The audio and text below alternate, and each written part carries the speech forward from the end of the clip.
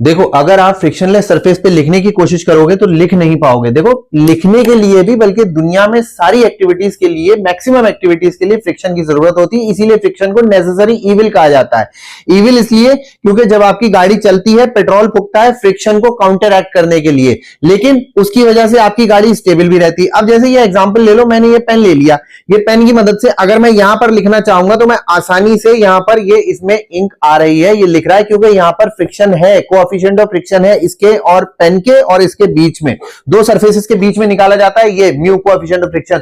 लेकिन अगर मैं इसी चीज की कोशिश करूंगा यहां पे लिखने की, तो ये देखो हल्का सा चला क्योंकि थोड़ी सी इंक रह गई थी, लेकिन अभी देखो कि ये चल नहीं पा रहा है सही से। ये मैं खूब चला रहा हूं, ये नहीं चल पा रहा है। क्यों नहीं चल पा रहा है? क्योंकि फ्रिक्शन बहुत कम है। फ्रिक्शन चाहिए था इसमें इंक निकलने के लिए, तो फ्रिक्शन बहुत कम है। इसी तरीके से अगर शीशे पे पेन चलाने की कोशिश करोगे, वहां भी फ्रिक्शन बिल्कुल कम है, वहां तो बिल्कुल भी नहीं चलेगा।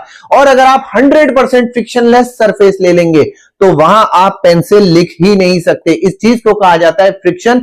दो सरफेसेस के बीच में ये जो फ्रिक्शन लग रहा होता है इसे कहा जाता है कोएफिशिएंट ऑफ फ्रिक्शन। तो चलिए अब शुरू करते हैं चैप्टर फ्रिक्शन, जहां बहुत डेप्थ की बातें आने वाली।